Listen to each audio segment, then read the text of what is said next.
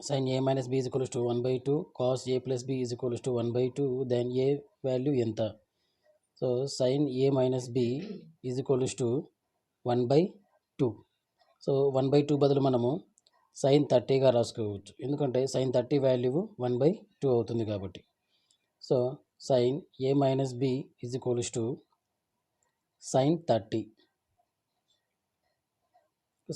సైన్కి cancel చేస్తే a minus b is equals to 30 degrees.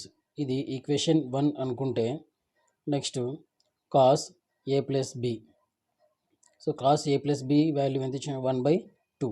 So ఈ 1/2 బదులు మనము కాస్ 60గా రాసుకోవచ్చు, ఎందుకంటే కాస్ 60 వాల్యూ 1/2 కాబట్టి.